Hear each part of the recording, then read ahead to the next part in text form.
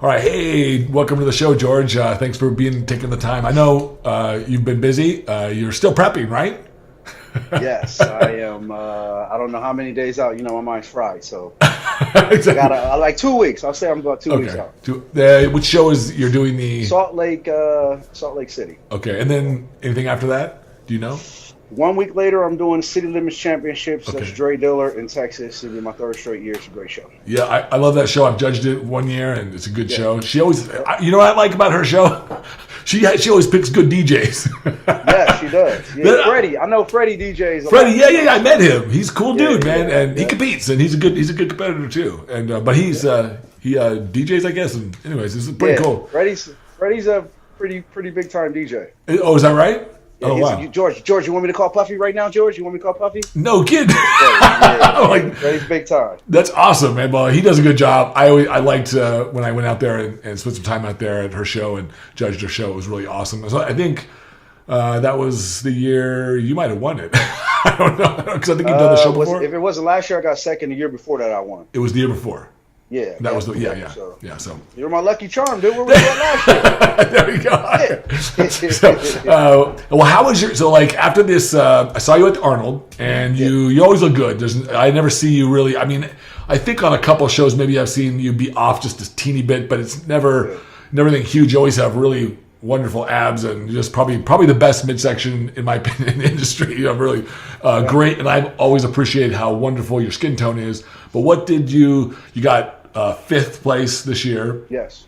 And that's good, which is great in the lineup that we have. It's a fantastic big lineup, lots of great guys. But what was your reflections after that? Give me some of your reflections on. I'm taking it. I switched coaches. You did? Everybody knows I was with Mike Davies. Yep, Mike. All of my wins under Mike Davies, nothing but positive things to say about him. I think we were nailing our looks. I think it was a look that people were getting used to. So I decided to switch things up. I went with Mandus. Wanted to put on some size. I felt like I put that size on, and I ended up fifth place. Now, with that being said, I don't feel like I was all the way as tight as I could be, as dry as I could be. I was about 10 pounds bigger than what I normally am on stage. Oh, so you were 10 pounds heavier. I was about 10 pounds heavier. I normally come at about 197, and I was 207. Wow. When I stepped on. Yeah, so just a couple minor tweaks from that. I always say this. It's a season. So if you set the Arnold as the first, show or whatever, then progressively, like in the NBA or anything like that, you get better as the season goes. Yeah. So I don't put all my marbles in a bag off of the Arnold, Right. But it is a great ranking. It's my fourth straight year placing top. Oh.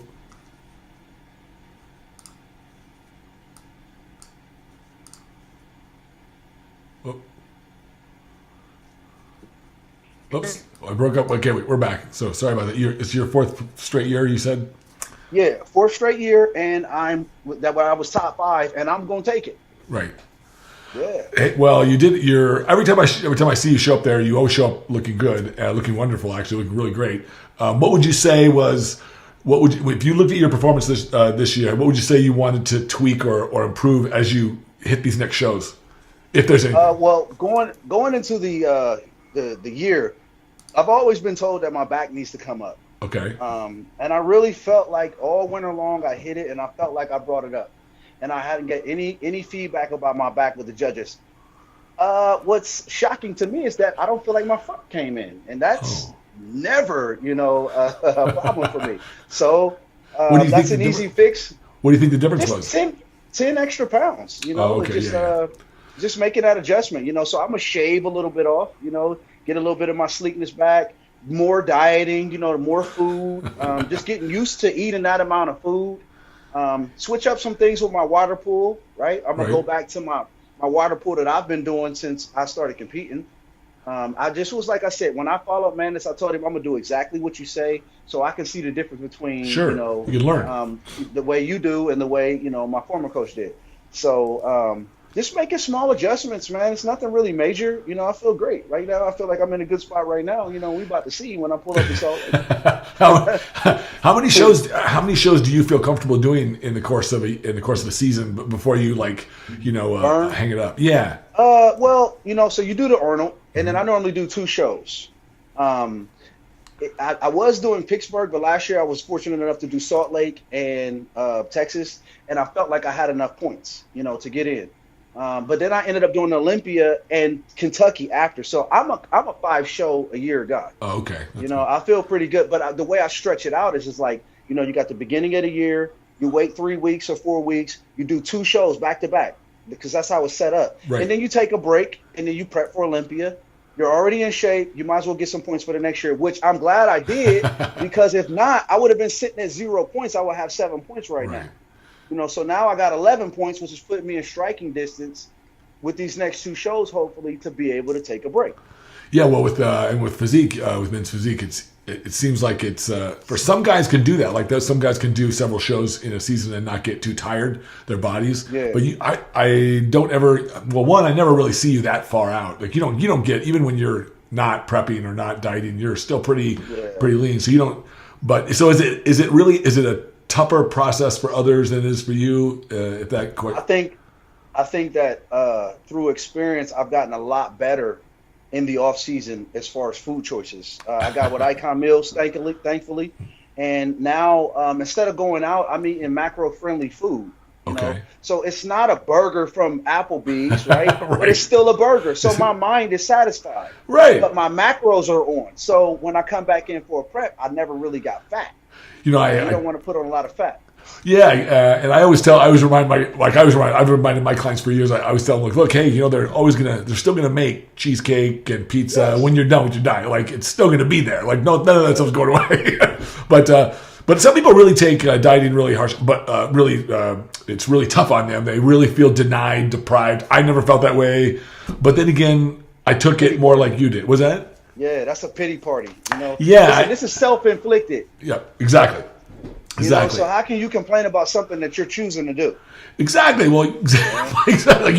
You signed up for this game, and I think a lot of people. Do you find that some of the newer guys like coming up, because you're not like you're in your 30s, right? Like mid. Yeah. Yeah. So like you're not like in 20. You're not the 20-something guys. No. You've been around a little bit. I've watched you really blossom as a pro, but do you find that some of the newer younger guys, do you find that sometimes they have a hard time with some of that, like some of this like woe's me kind of thing? Well, yeah, and I don't want to take any shots. Right? No. That's not those. I think that they want it all at once. Yeah. They'll look at me or they'll look at an Andre or whoever is having success now, but they won't look at the years that those guys put in before they hit that part. Right. So my advice will be, look, you got to pay your dues. I think sometimes people forget, and this is not just in physique. This is also in bodybuilding. This is also in other divisions. But like when I look at your contests list, and you got your pro card in what 2014, right? 13.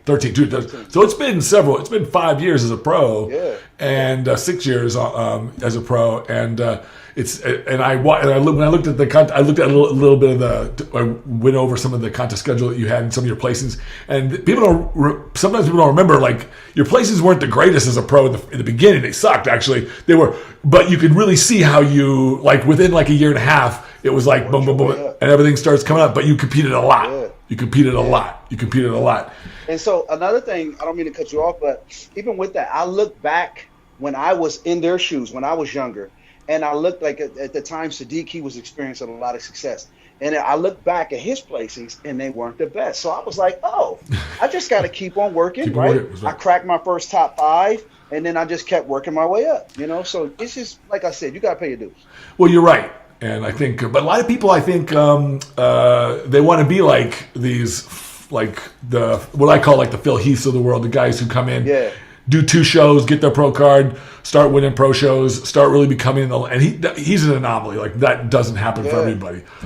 Exception to the rule is what we call him. Right, exactly. Well, and I mean, it's great if a person can go into the industry and become one of those exceptions to the rule, but generally speaking, they don't call it exception for a reason. It's an exception. Yeah. Most people have to do it a different way, and you've done it I think a nice classical way in terms of building yourself, understanding where your weaknesses are, understanding how to build your strengths, and that kind of thing. So, and it's very, and you come in very consistently now, like very for the most. I mean, I realize your weight went up this time, but which reminds me, I've heard some people complain, like some of the other competitors or other people who, so fans, like that the physique guys are getting really big. Like I don't see that as a big issue. Like I don't think they're getting too big personally. But what's your take? Do you see that, or do you?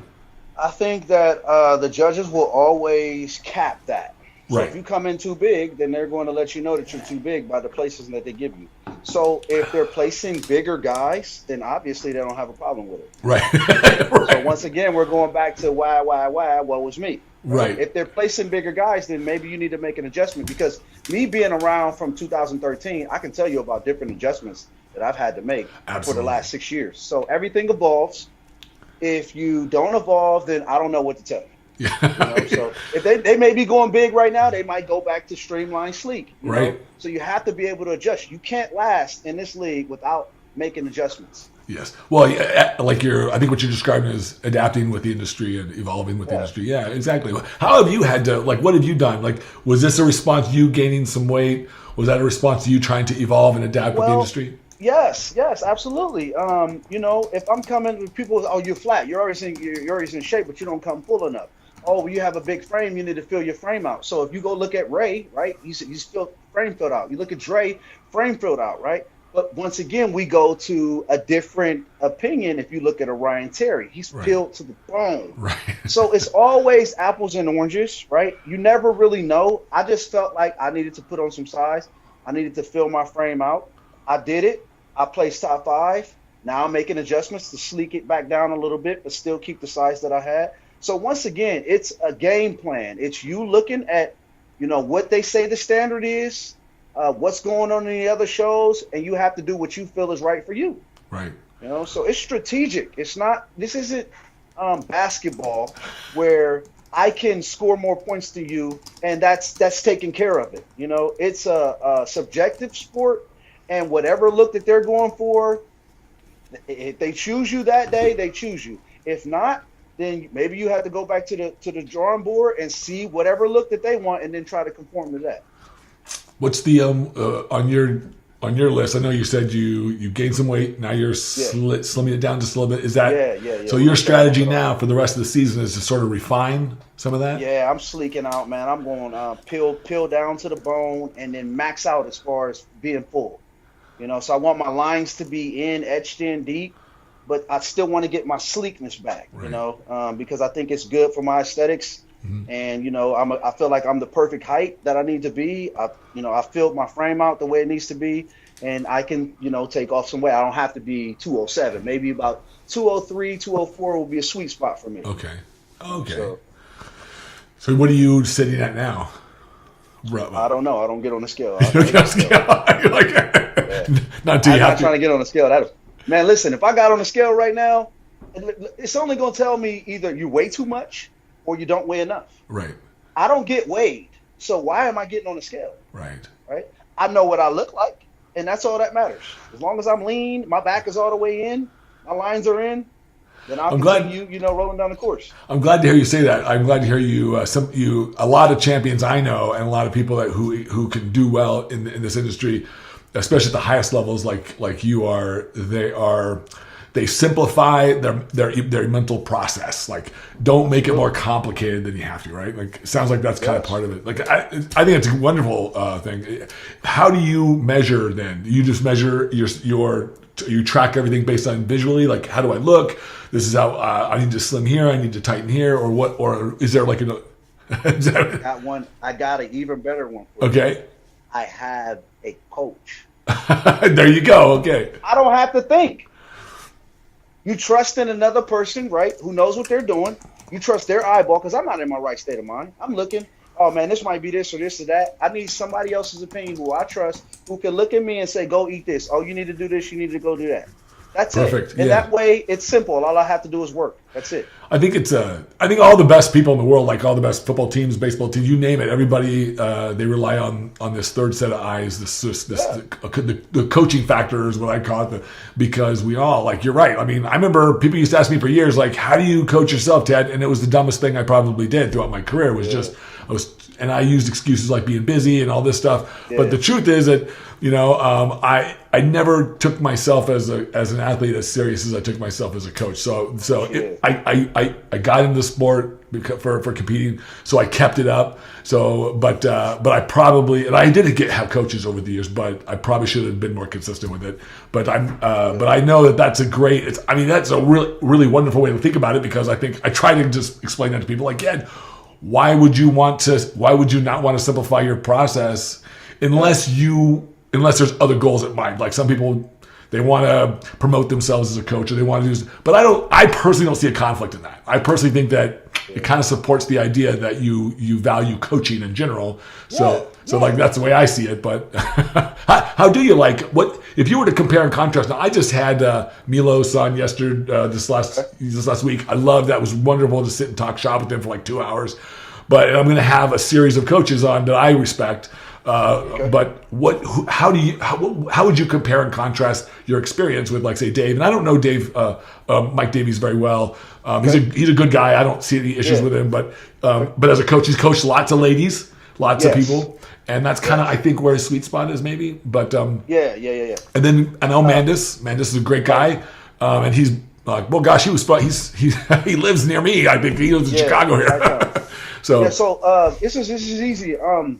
In comparison to both of them, and this is not better or worse. This is just no. It's just a difference. There's no difference really. Both of them are dogs. Both of them. Okay. Mike Davies is no nonsense. Okay. Mike is not going to hold your hand. He's going to tell you to do the work. Right. He's going to say, hey, look, I can give you this diet because I know you're going to do it. So Mike coaches ladies, but Mike is a dog. And he's old school, and his shit works if you do it. Mike is one of the best trainers, period.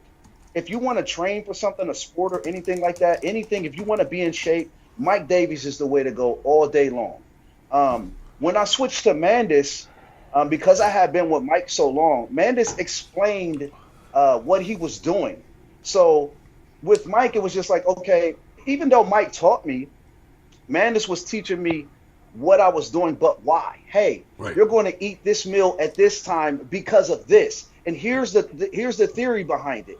So it was just like, oh, okay. And it's just like anything else. When you have purpose behind it, right? Yeah. It's a lot easier. So when I'm working out now, I'm like, oh, okay, I'm volume training because of this, and then I'm going to do a little heavier training because of this. And this food is going to fuel me through the heavier training. And this fuel is going to be my recovery. Not that I didn't know those things, but, that is just the difference. So Mike Davies never will give you a compliment until the end. That's all right. He's not saying shit. He's not saying nothing. Mandus kind of will. He'll be like, look, I want you to be great. And he'll be like, you're good. And you know me, I'm coming over the top, dude. I don't want to be good. You said you want me to be great. Right. So it's not that much of a difference. I think I just get more food with Mandus. Okay. It's a different workout style. It's more of a, conventional bodybuilding style. Whereas Mike, you'll see me, very athletic. And to be honest, I still use, when it's time for me to cut down, I'm cardio boss all day.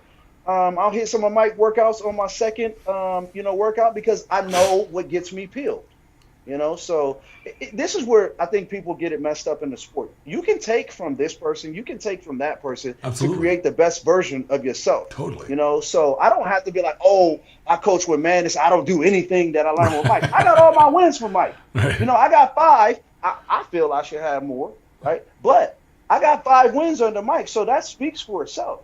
So obviously his tactics work, but just like anything else, I just felt like I needed some change.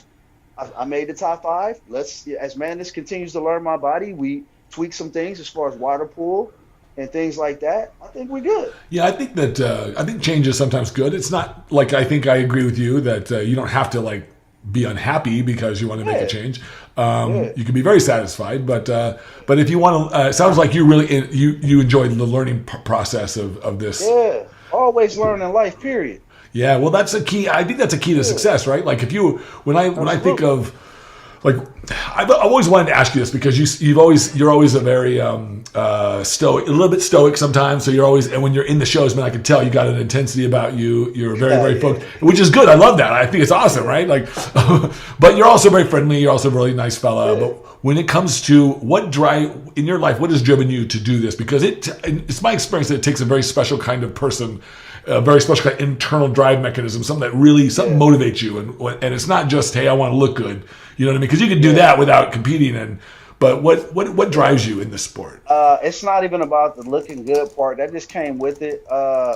It was an opportunity for me to live a lifestyle completely opposite to the lifestyle that I was living. What was that? Knew that I would. What kind of lifestyle? I was doing what I needed to do to make money. Oh, okay. You know? And when I got into the bodybuilding, one of my friends, he just said, try it out. People were telling me that I was really good.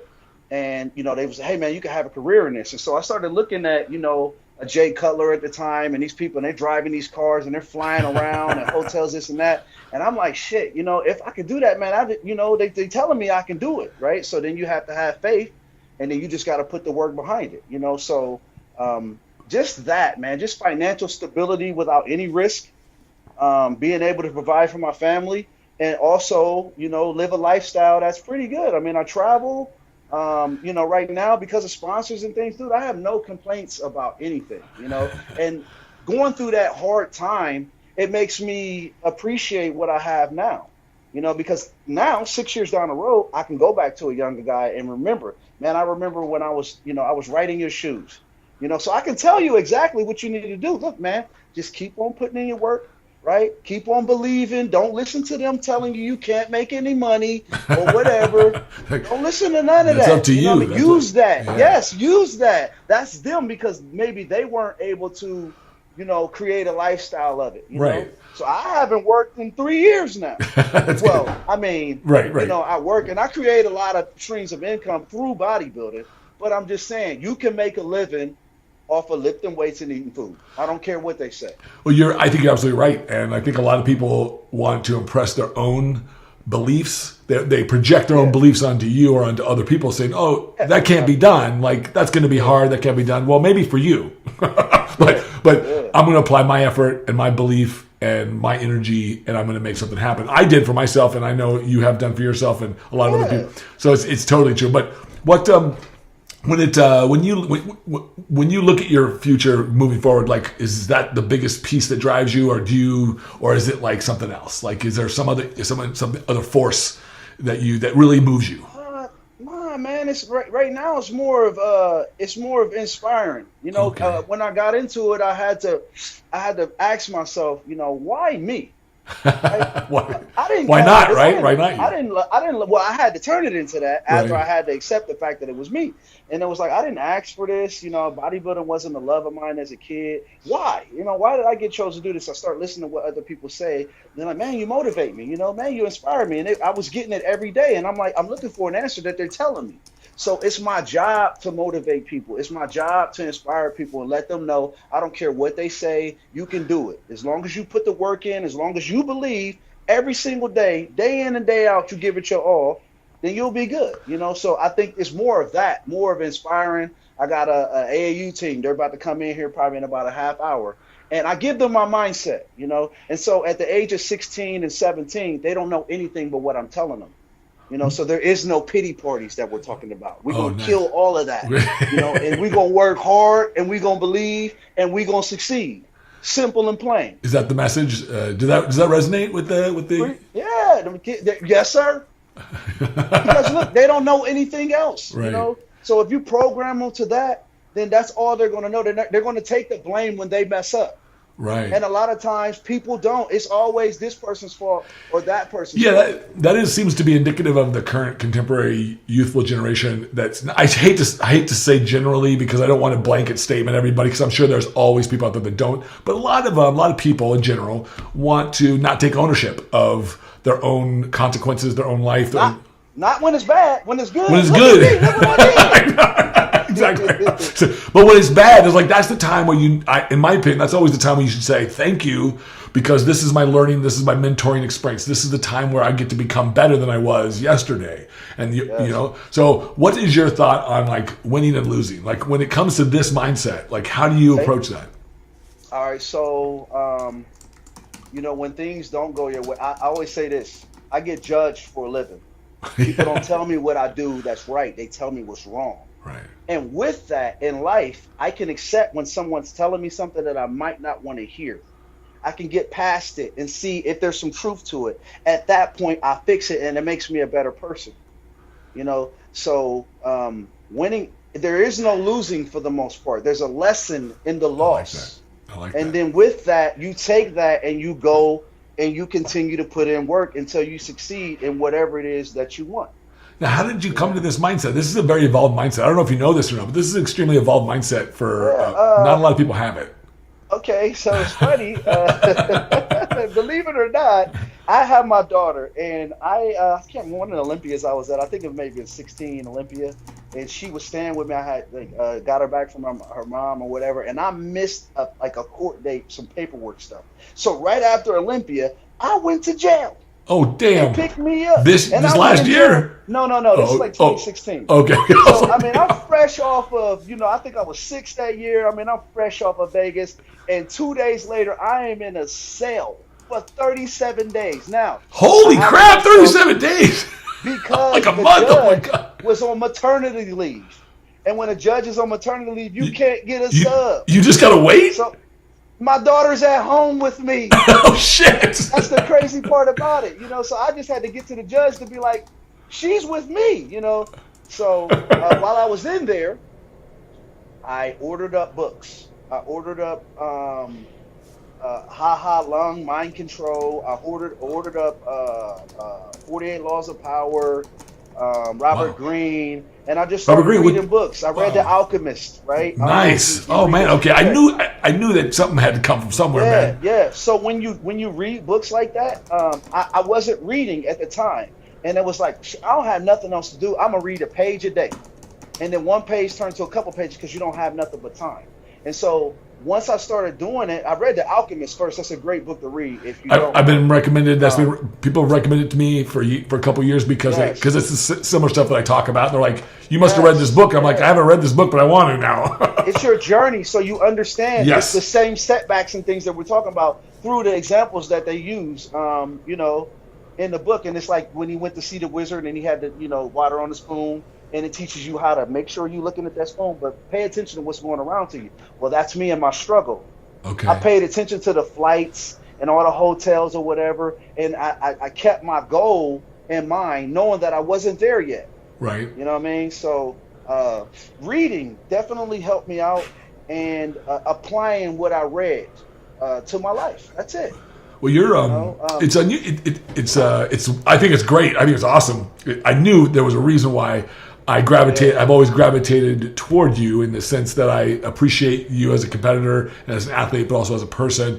But I didn't. But it seems to be like the common thread that I've found in all these champions. I've had this really wonderful luxury of being able to talk to and be friends with so many great champions in this sport and in some other sports as well. And all of them seem to have some evolved sensibility when it comes to winning and losing, but more specifically when it comes to how they approach the challenges of their life. Because the funny thing, I was listening to some psychologist or something last week or something where they were talking about this very topic. And one of the worst things they say parents can do to kids is pamper them so much that they disable them from being able to figure out problems. And they said that there's this huge dilemma of sorts in the millennials that they get out into the world and then they fall apart because they can't figure out they get overwhelmed by not accomplishing the things they want. They can't take it and go like you've done. They can't take that and go, okay, what do I need to learn from this? How do I become better from this? This isn't taking me down. This is bringing me up. That's a very unique mindset. It flips everything up on its end so that you can benefit from every experience and not just the ones that you like. So it's called what I don't know if you know who E.T. is, Eric Thomas. It's called phenomenal will. I like that. Phenomenal, yes. Phenomenal will, dude. It's like I don't care what happens. I'm not giving up. flat out. I don't care. And I said that. I think I'm on tape saying I created a goal in my mind that I was willing to do whatever I had to do to get. Is that what you said? So I'm taking whatever. I don't care what I have to do. I'm going to do it because I'm going to get where my mind is telling me that I'm going. Right. You just figure out the ways around, above, around, under, beneath, whatever, to get to wherever you need to go. Get the job done. Get the job done. That's right. That's right. Simple and plain. Now, and if you didn't get the job done, you didn't get it done. Right. Well, that's okay. You know where you're at now, right? It's like now you start from where you're at. Do you have this conversation with some athletes that you help, or do you have this conversation or some of the other guys? I give my mindset. People take things how they take them. Right. I think my mindset. Me, Ray, and Dre, we pretty much have the same mindset, and so we bounce things off of each other. Okay. And I think that, more people should do that. More people, this is a selfish sport and everybody's out for self, right? Right. But just try helping someone out and see what happens. That's a tough one for some people because they feel as though when I give to somebody else, whether it be my time, my energy, my money, then I'm losing. You're giving. That's right. You're giving. Well, I totally agree. And I think it's which means you have it to give. Right. If I don't give, then how can I receive more? Wow, see, you whether you realize it or not, I don't know if you realize it, but you have a really wonderful, evolved sensibility towards this. Whether it came organically or through reading, it doesn't matter. Most people just don't. You'd be surprised. They will agree with a statement like that, but then they act in their life so differently. And I think a lot of it's because we may acknowledge, like you can acknowledge the truth of something, like, 2 + 2 is 4, but you can't know it until you experience something in your life that, so was there something, was it that jail experience or was it that some other experience that really made you know? That just so happened to be, like the impetus. Something that happened. Well, I think it's just knowing where I came from. I think it's, the years of the hard work that I put in and appreciating watching things happen. You're from Ohio, right? You're from Columbus. Yeah, okay, so is that where you grew up for the most part? Yes, born and raised. Yep. Oh, cool. So, like, what would you say? How would you describe your childhood? Was it a rough one, hard? I had both parents. Right. My parents are still married. They've been together for 40 years. Nice. My dad's a Marine. My mom was a teacher for 30 years. Oh, wow. So a lot of that is my mother and father, definitely. So I'm sorry. Let me give them a lot of credit. Level head. My mom, I think I get my strategies or whatever words you want to use from her. And my dad, he's always had 2 jobs. Always. So never complained. You get your work ethic. He's a Marine. Yeah, so it's a combination of both of those reference points. And then just mentors along the way. This is the reason why I do my AAU team, because I had a coach. Okay. And he, instilled a lot of us in. He kept us out of the neighborhood. We make the right decisions. We knew how to work hard. So it's just a combination of just all the people that have been a positive influence in my life. Mike Davies for years, Tamara Watkins. I can name, a host of people. My girlfriend, still, like when I got with her, I learned a lot. I don't watch TV anymore. Oh, really? Okay, good. Yeah, she's holistic. And just the way I eat, once you start eating right, you start thinking clearer, you seek knowledge, and it comes, and when you get that, you put it into play, and then you give.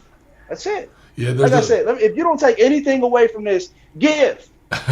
Give, that's right. I think it's, I think you in this life, we get what we give, right? Like everything's coming back to us. It's absolutely. It's like a boomerang in life. And absolutely. You put that energy out, that energy is going to come back. Comes back. You don't put any negative energy out, don't worry about anything negative coming back. Right. Precisely. That's what when people used to ask me, oh, do you have to get rid of like negative people in your life? And I said, no, they get rid of themselves. They leave. They go with themselves. They just, I don't hate anybody. Like everyone has the right to their own perspective, even if it's something that I don't agree with. It's okay. But I don't necessarily want to interact with them if I don't like the topics. So that's okay. But I'm not going to tell.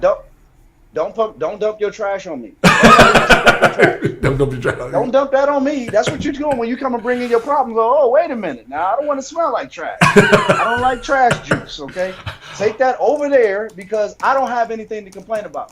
I like that. I'm going to write that down. That's actually one of the, in essence, it's the reason why I named my podcast what I named it. I named it Handle Your High with me, Tadayoshi. Yeah. And I named it that way because everybody knows anybody who's like been around people who smoke weed or who get, or who party a little bit. Man, you got to handle your own high. If you're not, you're gonna fuck up everybody else's shit. It's like don't fuck up my high, man. Like, and I feel like that's the same way in life, right? Like we each are responsible to handle all of our own feelings, our own lives, and our own consequences. And if you can do that and interact in a understanding and loving and joyful way with other people, then you cracked the code.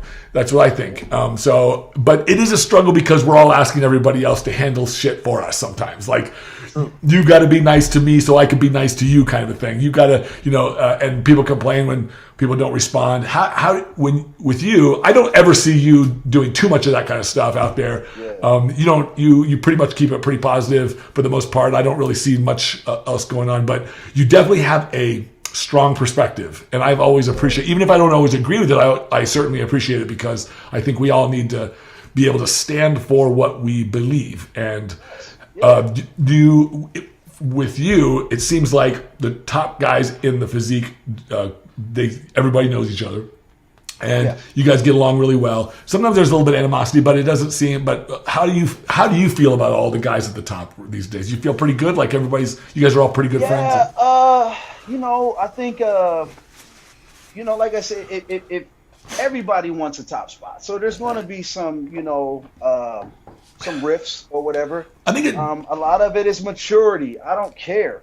A lot of things that people care about, I'm past that. So they might buy into something where I might look at them like, dude, why do you even care? How does that affect you? And, they're talking about men's physique. They're saying this and that. What does that have to do with anything? Why do you care, right? Don't you have a successful career in men's physique? So everybody's entitled to their opinion. Let them have that. That's fine. Yeah, I just don't buy into it. Yeah, I saw recently. You're probably, I don't know, you may be hinting at. So it's the what Jeremy put out there, and who was it? Valentin. Who was it? The bodybuilder. I forget his name. Yeah. He put out some video. He wasn't really. I don't think that he was really making fun of men's physique. I just think he was just trying to provide some brevity in his posing routine. And Valente, and anyways, I guess somebody took offense to it. Jeremy did, and made some stuff. I think I saw his interview with Dave Plumbo, and he kind of apologized for some of it. And but it's easy for guys, and I'm not single Jeremy out, but it's easy for people in general in his position or in other people's position in the industry who you get these accolades. Everyone tells you how great you are, and then all of a sudden somebody's saying something that's contrary, and then it's really sort of exactly like you got to move on. So it's like because Jeremy, you drive a Lamborghini and you live in a very nice penthouse. Why do you care? Yeah, exactly. You're a 4-time Mr. Olympia. Who said what? I don't even know who that is, but I run a successful company as well. So why do I care? That's just the thing. But I'm a little bit older, right? Jeremy's young, and so I can't say at his age that I will be able to defer it as I'm doing right now. You know, so a lot of people they have their opinions on Jeremy. I know Jeremy, and I can say this about Jeremy.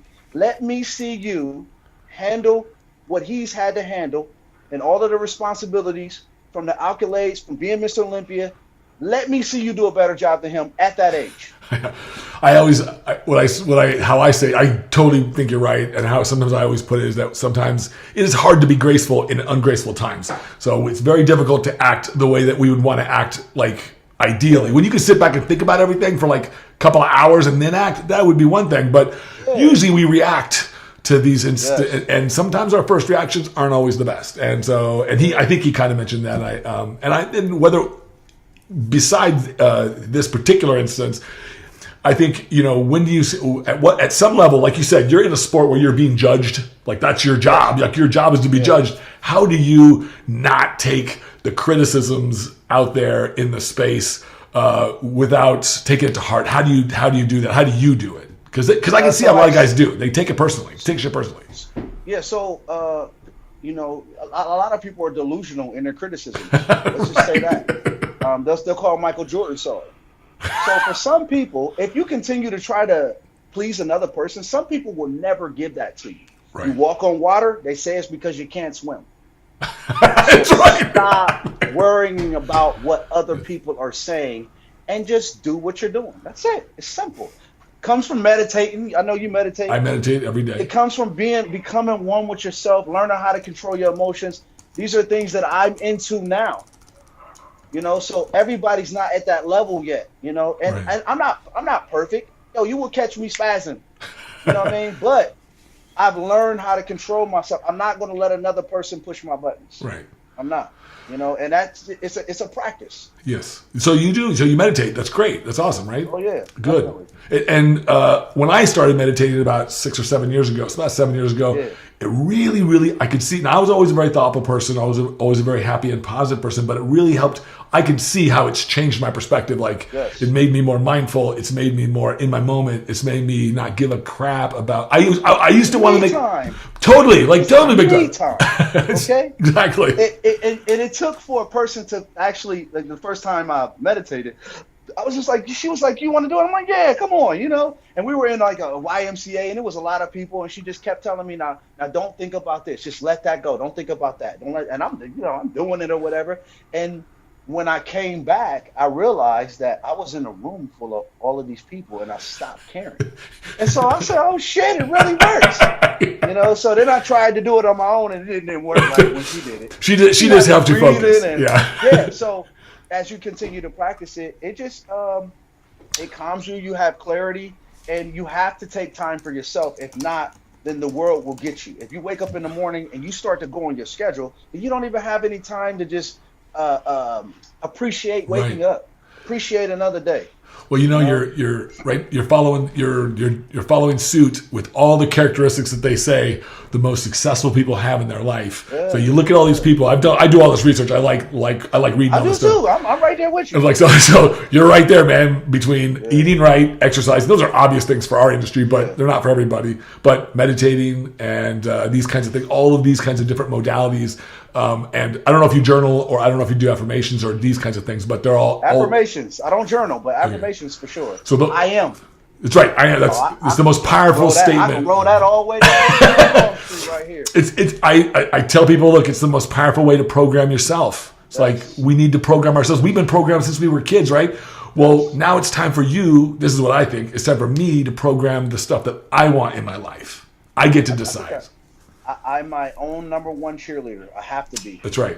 You have to be. You have to. Yeah. If I don't, the world will tear you apart. Yeah, exactly. Well, precisely. Self-love, and then once you have that, then it changes a lot of things, because you like, listen, I respect myself first.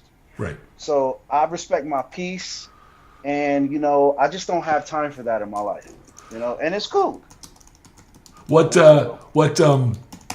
When you started to do meditations like that, what other kind of changes did it help you with? Because did it help you in your competitive and dieting and all that stuff?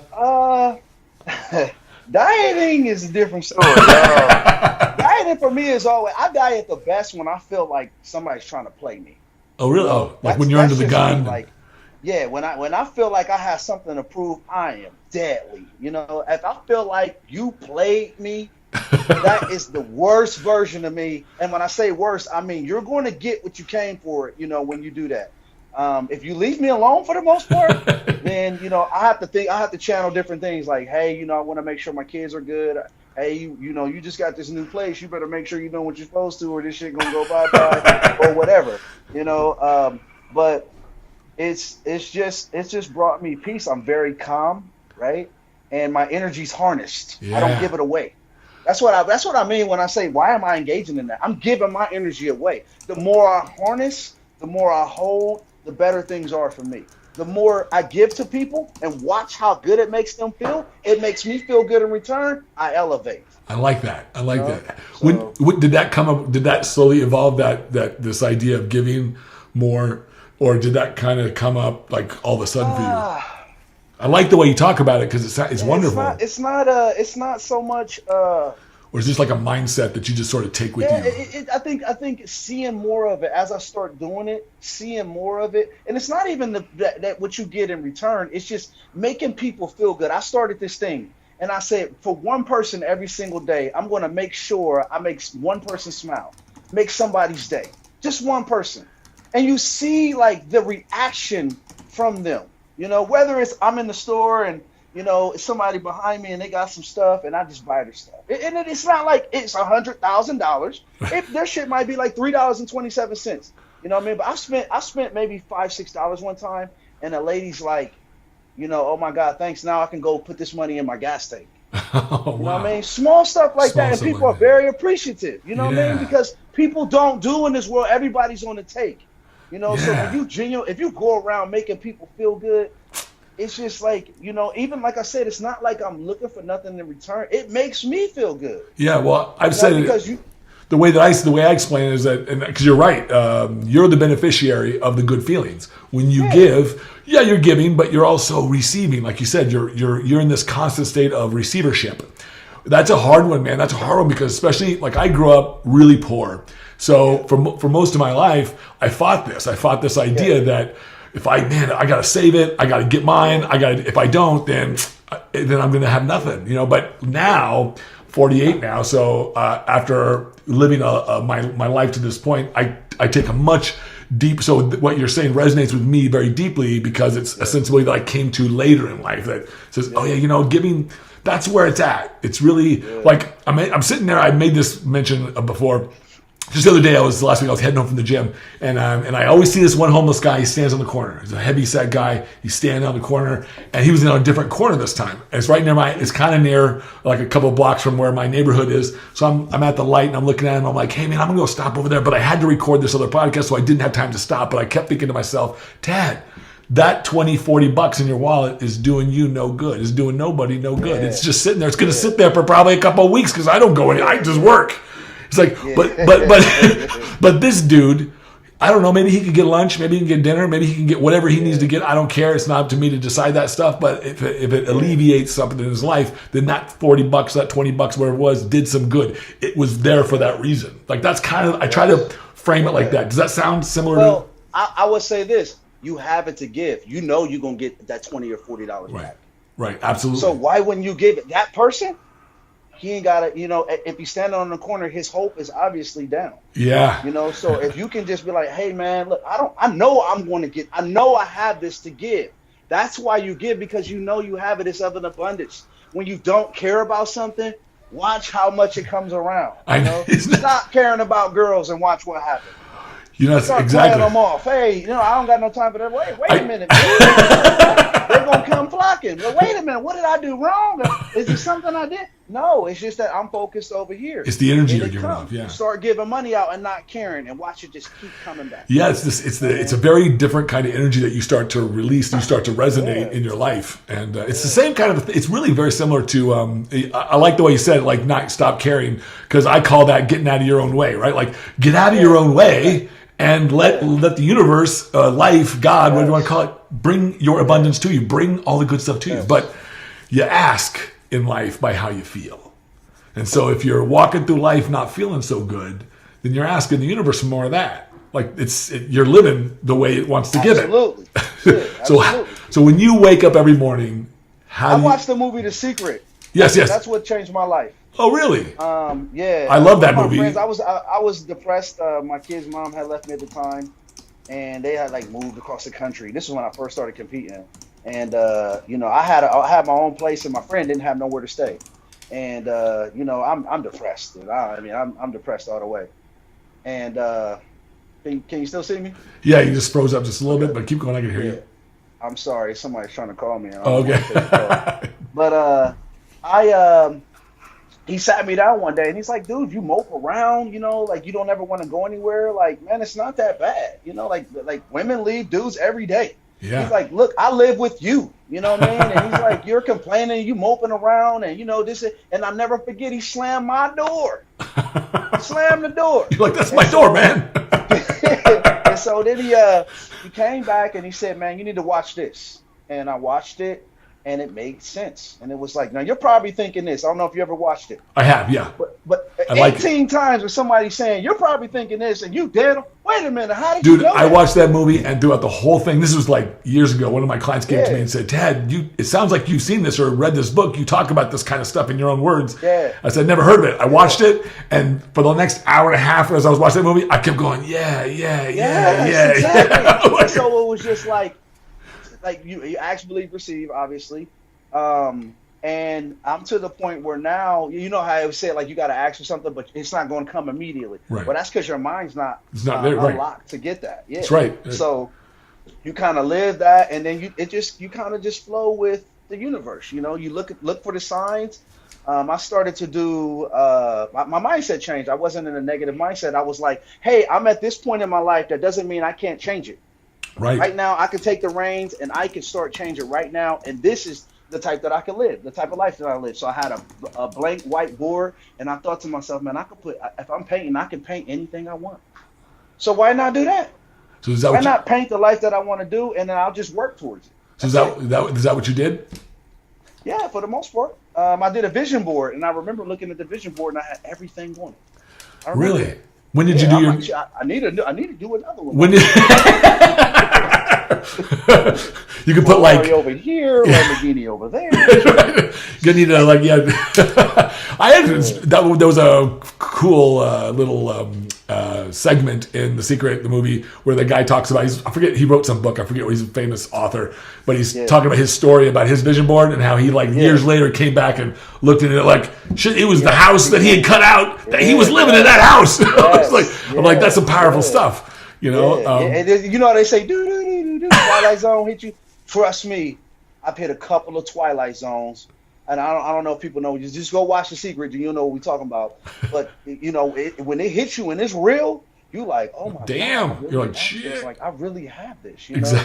And so if you look at that board and you really say like, wait a minute, this is my view right now. I really asked for that, and now I have it. You realize this is real. Like I really can create something in my mind and work for it and manifest it. Create it right here. So that's what you see me doing right now is manifesting. That's it. So what's on the top of your list these days to create in your career and in your life? Is there something that you could share with us I mean, aside from winning Mr. Olympia, right? Yeah, and even not even that. You know, I'm blessed to just be in the position that I'm in. I'm a very simple person. I've had things in my life, you know, material things or whatever, and I'm more on value things now. Like, don't get me wrong, we all want flashy. You hear me say Ferrari, matte black, red brake shoes, peanut butter guts. I got it all in my head. Dude, that's my car right there. but I just want financial stability. I want to live a pretty good lifestyle. I don't have to be the richest or anything like that, and I want to be able to make sure my kids have everything they need. That's it. That's my manifestation right now. And whatever comes with that is just, you know, I'll take it for sure. But if I gotta get up and work hard as hell every single day for my kids to be good, no matter what, if they need something, I got them. And for me to just, you know, be financially stable, like I said, I'm not saying I have to be a millionaire or anything like that. If it comes, I will take it. but just it's very simple, man. I just want to chill. In this world, it's crazy. It is, you know. And so it's just like, you know, I want to be like Tad and ride on the elephants out, you know. Somewhere. You know, dude, that's fun, dude. I just want that. That's it. You know?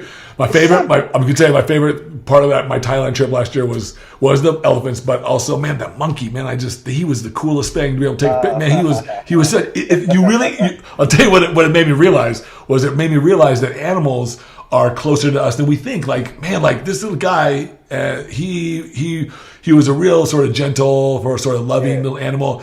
I know he did not want to be in this place. I didn't realize where we were going was like a zoo. I didn't realize, and I don't really like to support zoos, but we were there, and I took a picture with him, and he didn't want to leave, man. He wanted to stay. He wanted to come with me. I'm like, oh man, I would totally buy this monkey if I could.